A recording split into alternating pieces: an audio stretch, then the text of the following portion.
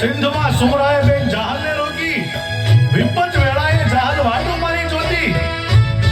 અરે સામત, આ મારી બેન જહાલ શું લખે છે?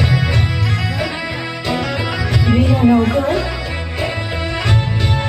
મારા માંડવામાં જવતન વેળાએ તે મને કોલ આપેલો હા, કે માંગી લે બેની જહાલ, મારા શરીરની ચામડીની મોજડી બનાવીને તારા પગમાં પહેરાવું ને બેની જહાલ. તોય તારા બાપુ દેવાયા બોદલના ઋણમાંથી હું મુક્ત થાવ એવું નથી.